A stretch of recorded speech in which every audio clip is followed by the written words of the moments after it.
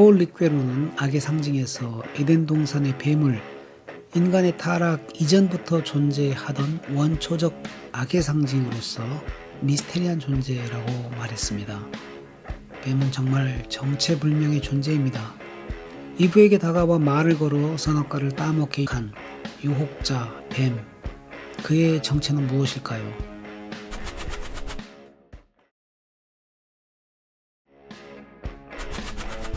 뱀에 대한 한 가지 대중적인 해석은 타락천사로 보는 것입니다. SF적 상상력으로 만들어진 전승에 따르면 광명한 천사 루시엘은 음악을 담당하는 천사장이었다고 합니다. 그런데 그가 하나님과 가장 가까운 곳에서 총애를 받다가 교만해져서 하나님과 맞먹으려고 했다는 것입니다. 그는 자신의 휘하의 천사들을 3분의 1이나 이끌고 하나님께 대항하여 반역을 도모했으나 미카엘이 이끄는 천사들과의 전투에 져서 지옥으로 추락하여 루시퍼가 되었다고 합니다.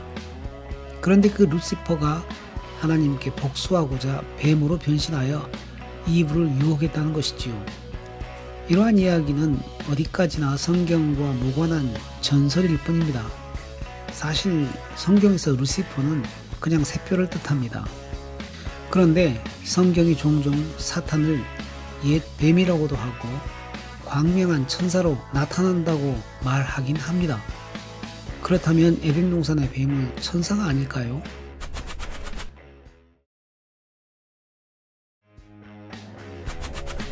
그런데 저는 뱀을 다르게 해석할 수 있다고 생각합니다. 새로운 해석은 우리가 사는 세계의 문화와 문명을 분석하는 데에도 유용한 도구를 제공할 수 있다고 생각합니다. 그것은 뱀을 타락한 천사가 아니라 하나님께서 6일째 창조하신 들짐승 중 하나로 보는 것입니다. 창세기 3장 1절에서는 분명히 밝히고 있습니다. 뱀은 여호와 하나님이 지으신 들짐승 중에 가장 간교하니라.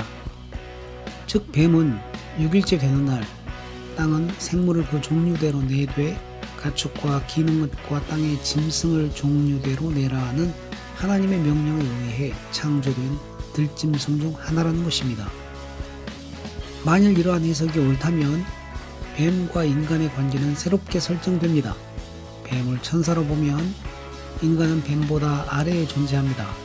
그러나 뱀을 들짐승으로 보면 뱀은 인간 아래 존재하게 됩니다. 하나님께서 인간을 만드신 후 인간에게 이렇게 명하십니다. 땅을 정복하라. 땅에 움직이는 모든 생물을 다스리라. 다윗도 시편 8편에서 만물을 그의 발 아래 두셨으니 라고 노래합니다.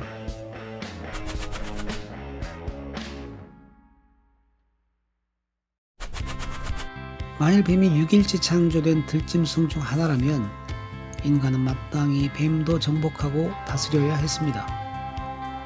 히브리어로 정복하다는 카바시, 다스리다는 라다라는 단어가 사용되었는데요. 굉장히 군사적이고 폭력적인 뉘앙스를 담은 단어입니다. 특히 카바시는 발로 밟다는 뜻이 있습니다. 그래서 이 두 단어는 가나안 정복 전쟁에서 여호수아가 군 지휘관들로 하여금 가나안 왕들의 목을 발로 밟게 하는 장면을 연상케 합니다. 이 두 단어는 평화의 동산 에덴에는 적합하지 않은 단어처럼 보입니다. 이 때문에 어떤 환경론자는 환경 파괴와 생태계 착취가 바로 이 구절 때문이라고 주장합니다. 그러나 카바시와 라다라는 단어가 갖는 의미는 뱀이 인간에게 다가와 유혹할 때 이를 단호하게 물리치라는 뜻으로 이해하는 것이 옳습니다. 평화의 왕 그리스도께서 자신에게 출몰하는 귀신들을 향해서 잠잠하라, 즉 닥쳐라고 명하셨습니다. 아담과 이브도 뱀의 교묘한 유혹을 향해서 닥치라고 했어야 했습니다. 그랬다면 인간의 권위와 지배적 위치가 확고해질 수 있었을 것입니다.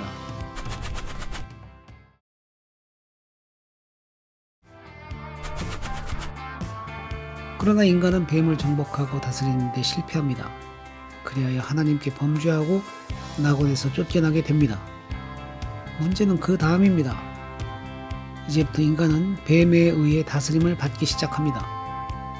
신약 성경에는 옛 뱀을 천하를 꿰는 자, 마귀, 사탄이라고 합니다. 그리고 사탄은 세상의 임금, 세상의 신, 공중 권세 잡은 자입니다. 인간이 뱀을 정복하고 다스리는 데 실패하자 뱀이 인간을 정복하고 다스리게 된 것입니다.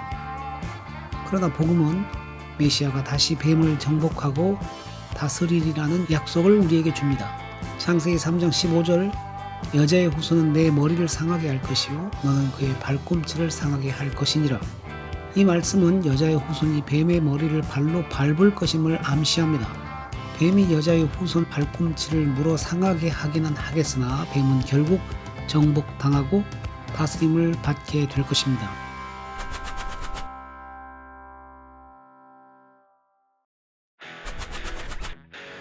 뱀에 대한 이러한 해석은 현대의 문화와 문명을 분석하는 데 유용한 틀을 제공해 줍니다.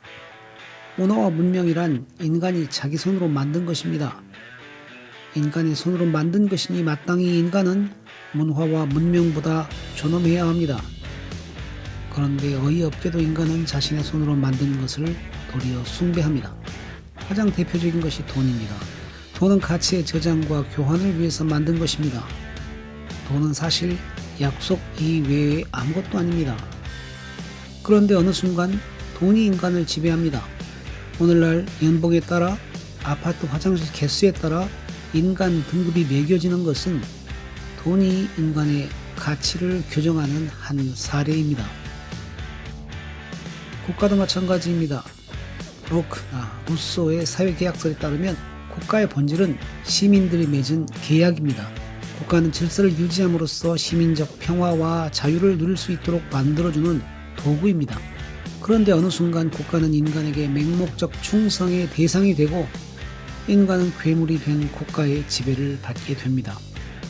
마르크스는 상품이 본래는 노동자들의 노동의 결실인데 진열대 위에 놓인 상품은 노동자의 피땀은 보이지 않고 처음부터 그렇게 존재했던 것 같은 착각을 불러일으킨다고 말합니다.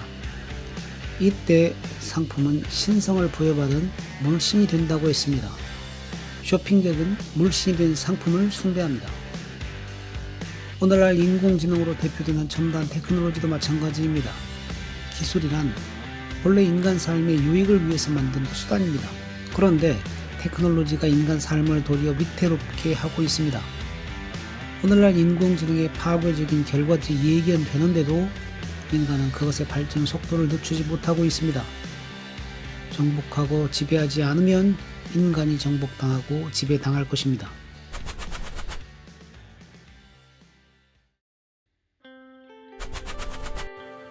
우상숭배란 인간이 자기 손으로 만든 것에 절하고 경배하는 것을 말합니다. 이는 뱀을 정복하고 다스리는 데 실패하자 뱀의 지배를 받게 된 것과 비슷합니다. 우상숭배의 본질은 뱀의 지배를 받는 것입니다. 불행히도 현대의 문화와 문명 속에는 뱀과 같은 것들, 곧 우상들로 가득합니다. 우상숭배를 그치라는 하나님의 계명은 한편으로는 하나님만을 섬기라는 명령이지만 다른 한편으로는 그 어떠한 것도 인간의 존엄과 영예를 무너뜨리지 못하게 하라는 인간 해방의 명령입니다.